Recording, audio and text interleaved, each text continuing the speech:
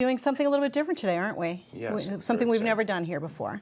We're always high tech. We are high tech. Well, we like to think we are. Of course. We are going to use a Skype feed today to bring in a guest.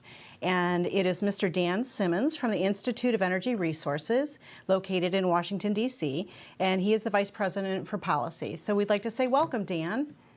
Well, thanks for having me. Well, it's great to have you here, and we're going to give you an opportunity first to tell us a little bit about the Institute of Energy Resources.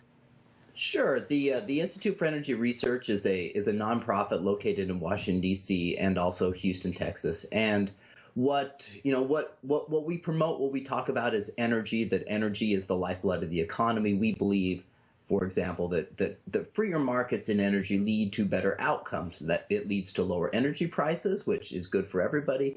And actually, it also leads to better environmental outcomes. So that's why we promote free markets in energy, and that is the reason that the Institute for Energy Research exists. And as the Director of Policy, what exactly do you focus on in your day-to-day existence?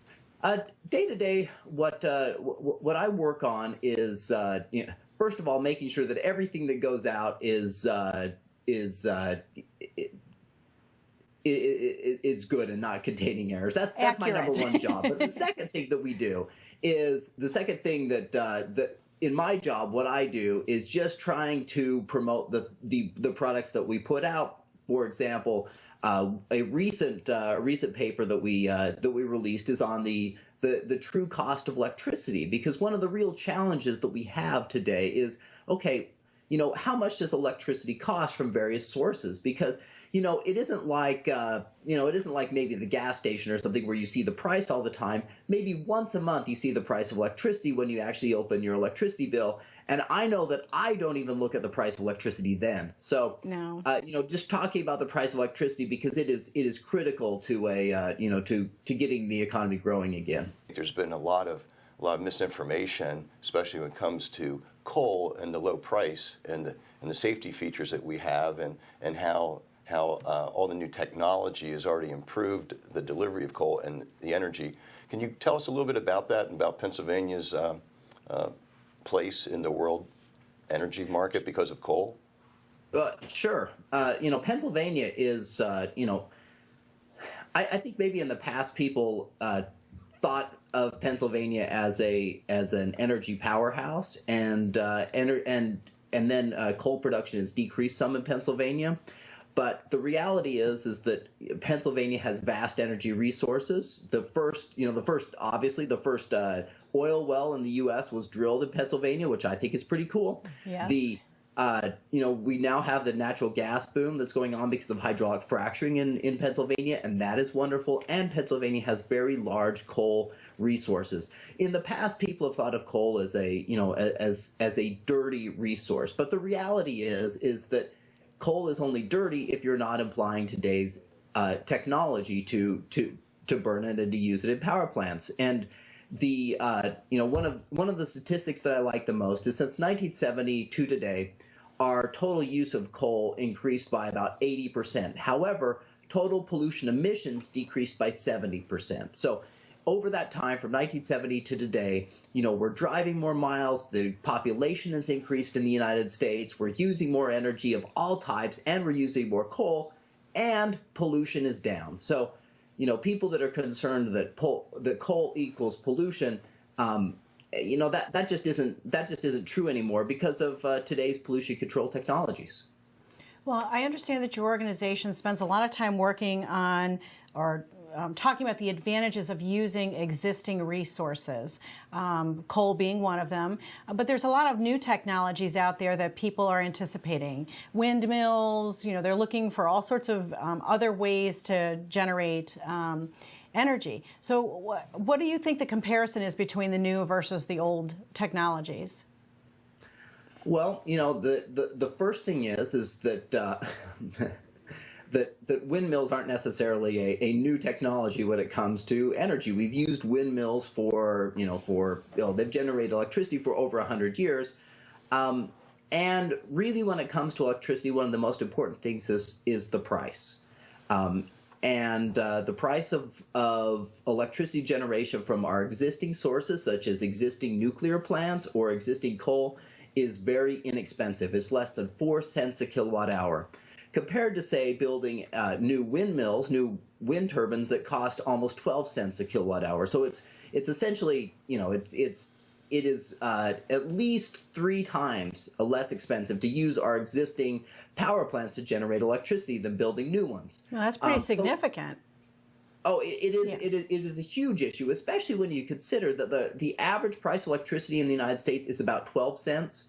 I think the average price in Pennsylvania is about 13 cents a kilowatt hour. So when you're putting in new generation that costs, the same as the cost of electricity, because when we see our electricity bill, what we see is the final price. That includes transmission. It includes, all the wires to get it to your house, and there's a lot of additional costs.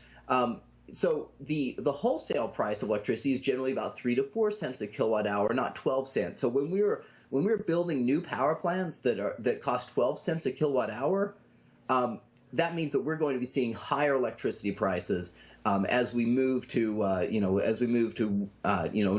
wind power plants, for example. And there's been a lot of talk about new natural gas power plants, and they're great. We don't have any problem with them. However, our existing coal-fired power plants are almost the electricity from those power plants are almost half as cheap as building a new natural gas-fired power plant. So the point is if we are concerned about the cost, if we want to keep costs low, let's make sure to continue to use the power plants that we have already built, as opposed to building new ones, because that just means higher prices, and that is no way to build an economy.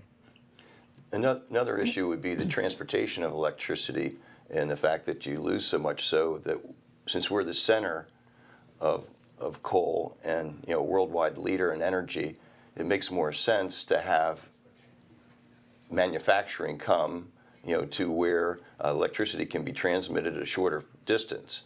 So it would really be hurting us in Pennsylvania, wouldn't it, if all of a sudden we relied on energy sources outside of our state? Oh, that is 100% correct. It's one of the United States. People have talked for a long time about how the United States is some people have called Boone Pickens, for example, has called it the Saudi Arabia of wind power.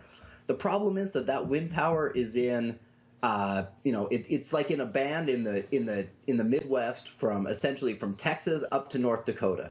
And that's the problem. It's a long way from North Dakota to Pennsylvania, and it doesn't make any sense to ship the wind that far. The transmission is just too expensive. Now, there's obviously some better wind resources closer and in Pennsylvania, but it is nothing near as good as the wind resources out. The wind blows more on the plains. That's as simple as it is.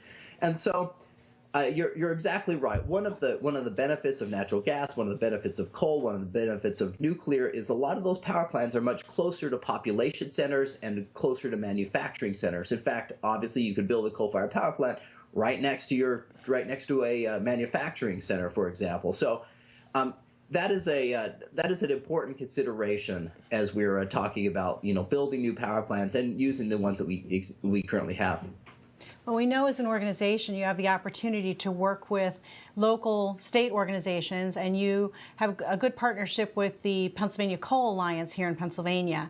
And we've had them on the show. We've learned a lot about coal over the last several months, but really the industry is under fire and under siege, basically. And there's a lot going on the federal level that could potentially impact and risk our energy ability here in Pennsylvania, as well as impact the industry as a whole.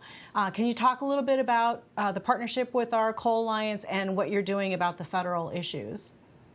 Sure. The federal issues in particular are devastating for the coal industry. It's devastating for low cost, affordable energy because of a number of regulations, such as one that is called the Cross-State Air Pollution Rule, the Mercury Air Toxic Standards, as well as a regulation that is well, it's from Section 111D of the Clean Air Act, something the administration likes to call the Clean Power Plan. Those regulations will shut down 103 gigawatts of coal generating capacity. And the problem is, as I previously mentioned, those are low cost power plants. And so as we have to, to comply with those regulations, as we go forward and you have to build new power plants, it is going to be more expensive. And so what we're going to see is electricity prices increase. For example, there was a study done by the National Economic Research Associates that because of the this 111D rule, as they call it, that electricity prices between 2017 and 2033 will increase an average of 14% per year. I mean, that is a huge increase, and especially if you were using a lot of electricity in your business, that is going to be that's going to be a killer, and it is our future unless that the federal government will moderate some of these regulations. In this last minute that you have, Dan, our viewers, the manufacturers, the policymakers in Pennsylvania, in order to, you threw out a lot of information to us today, and we'll have to have you back to get more, but where can they get in touch with you to let you know what's happening here? Like, these regulations are impacting manufacturers, and the policymakers have to address that. We're worried about letting China off till 2030 and restricting ourselves, and it makes absolutely no sense. And people are mad as heck, and they want to make sure that they get the right information. So if you could tell us a little bit about how we can get in touch with you. Sure thing. The best way is our website, which is the instituteforenergyresearch.org. And also there's a lot of good information on our sister organization's website, the AmericanEnergyAlliance.org. Both of our organizations, that's what we do, is just talk about these issues, particularly these issues of affordability of electricity are just critical because, the United States, we are not going to have low-cost labor, but we can have low-cost energy because we have incredibly abundant energy resources, particularly in Pennsylvania, natural gas, a ton of coal, and the United States is an energy powerhouse. The question is, will the federal government let us truly be one? Well, I think a third resource would be the Pennsylvania Coal Alliance website as well. So we'd like to put that out there. But Dan, we'd like to thank you so much for joining us via Skype today. Successful use of technology. So we're very happy to have you, and we hope we can have you back someday. Thanks, Dan. Well, thanks for having me. And we'll see you next week on a new edition of Behind the Headlines.